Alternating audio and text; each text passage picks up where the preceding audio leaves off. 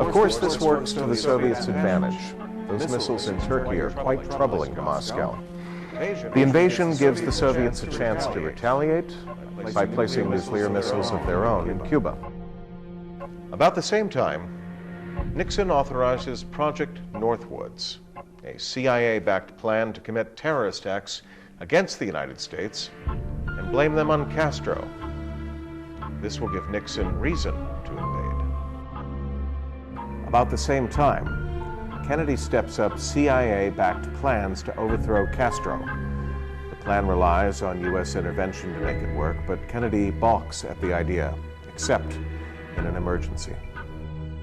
It's at about this time that Kennedy recalls an old adage: "The enemy of my enemy is my ally." Secretly, he attempts to open up diplomatic communications with Cuba. Castro, hard-pressed by the Soviet-backed insurgency, reluctantly agrees to talks. Northwoods is a resounding and a terrifying success. Throughout summer and early fall of 1962, the U.S. is rocked by a series of assassinations and bombings. Two events push the country into war hysteria. First, a mortar attack on the U.S. base at Guantanamo Bay, and the destruction of TWA Flight 117, loaded with college students on their way back from summer vacation. Congress gives Nixon a blank check to deal with Cuba after a week of wrangling and increasing public pressure, and Khrushchev cancels all plans to place nuclear missiles in Cuba. By midsummer, the first Soviet intermediate-range nuclear missiles reach Cuba. In late August, a U.S. spy plane takes photos of suspicious ground activity. Another spy mission cannot be completed until mid-October, and this one reveals the presence of missiles. Kennedy is left with a quandary. Whatever he does will lead to a confrontation with the Soviets. After a number of harsh exchanges, diplomatic ties are established between the U.S. and Cuba. Unfortunately, by late summer, communist insurgents have taken over nearly two-thirds of the island, which makes Castro's rule tenuous. So he grudgingly asks for U.S. support. And that support initially comes from intelligence photos supplied by U.S. spy planes. A flight on October 14th reveals something surprising: Soviet troops operating in Cuba. So Kennedy rushes into negotiations with Castro.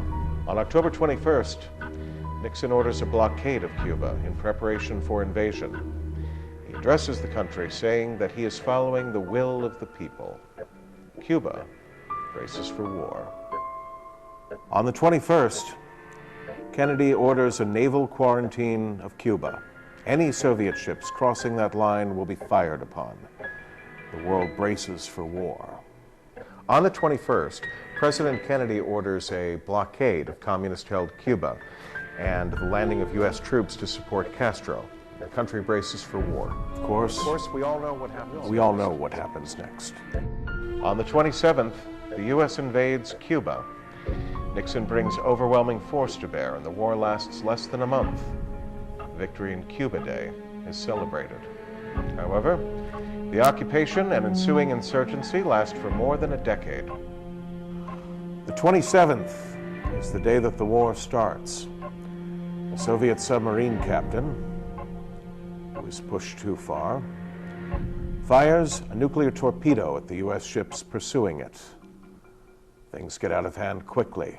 Khrushchev is assassinated in a coup. Tactical and then strategic nuclear weapons are used in Cuba. The U.S. is attacked.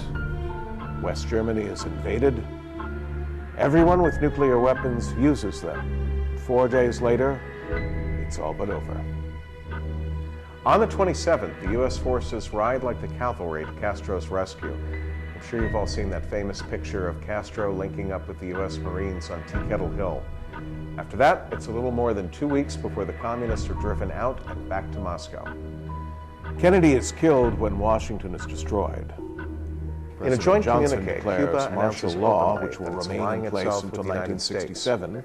Castro comes to He's Washington overthrown With his by popular resounding uprising. success in openly Cuba, grieved when President Movement that leads to the uprising will become the normalcy. Open elections are held in dominate Cuba. U.S. politics Nor until the Castro is millennium. selected prime minister. China takes control of hold abandoned for 6 portions terms. of the former Soviet He Union. goes on to lead revolutionary Japan, Nixon throughout Taiwan, spreading Israel, democracy, and fighting South communism Africa much of their become time. nuclear Because of powers. this, trying to extricate the U.S. all the from countries West, throughout Central and having South lost America 50% don't of return its home urban until the centers, United returns States. to being an agrarian Making it a society. economic problems powerful, from the occupation powerful. and the Central Cold and War, Eastern The economic Europe, pressure was chemical forced on the and Soviet radioactive Union waste after its collapse in 1982. World Finally, weather patterns Castro, having slowly slowly returned returned to to normal. revolutionary in work, And agricultural begins a production diplomatic is peace only campaign now now starting claims to reach land the to war help his level. country. And that's how we got from there to here. I see that we have once again run a bit long, so we will pick this up with the forces that acted on this particular turning point in history in our next class. Oh, and don't forget the papers for your reading assignments. Those are due next Tuesday.